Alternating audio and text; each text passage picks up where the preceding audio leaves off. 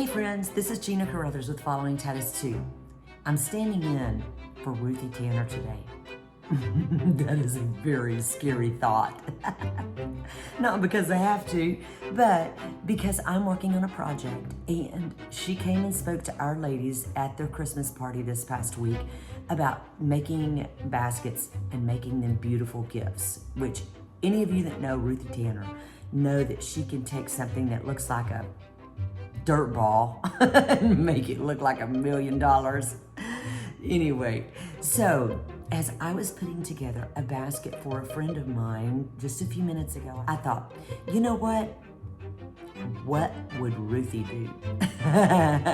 So I'm going to give my hand a try at putting this gift basket together using some of the tips and tricks that Ruthie shared with us at our recent Christmas party, which, by the way, if you haven't had her come speak to your ladies about home decor or just putting something together or even just a spiritual devotion, she's fantastic. So I'll put her contact information in the show notes below.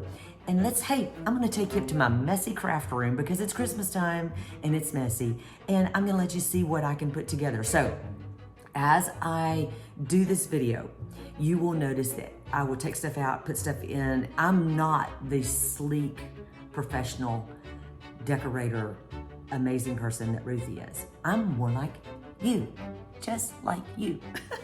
So let's see what we can do together. Join me up in my craft room.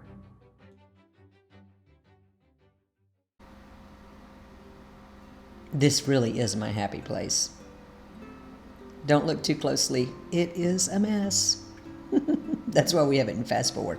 This is the box we're going to use. And this is mostly the items that I'm working with. And it's kitchen themed.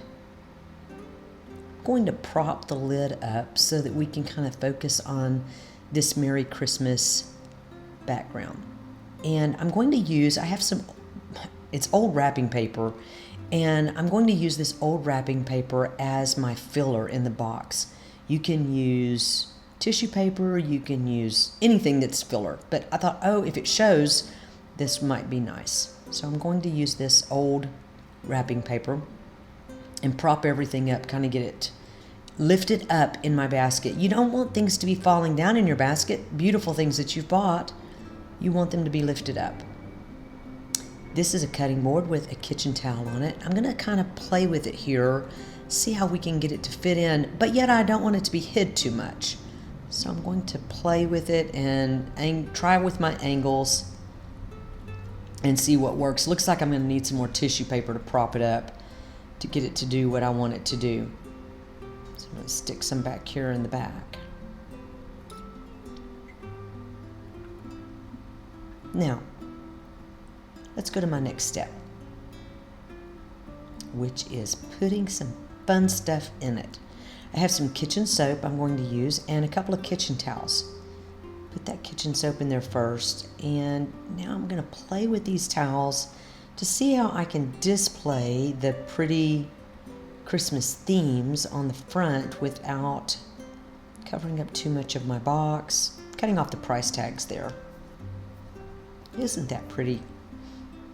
I think my friend will like it.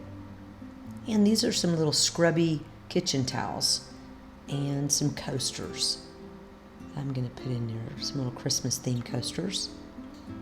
I like putting things in a basket that you're not typically going to go buy for yourself. Now I'm thinking, you see those fingers working? It's like, what will I do next? Okay, here we go. I need some glue dots. See this? Glue dots are a must. So I tried sticking the glue dot on directly so that it would stay sticky as much as possible. That was hard to work with. So you'll notice next time I'm just going to put it directly on the item. These glue dots are so strong. They're about a little bit bigger than an eraser, but they make a big difference when putting your basket together. That's a little pill box. I went downstairs and found some additional items to fill up my basket. I didn't feel like I had quite enough in it. And that's a bookmark that we're going to put in. And again, I'm just going to kind of anchor everything in so it doesn't slide down. This is a little pencil pouch that I'm putting in that I made.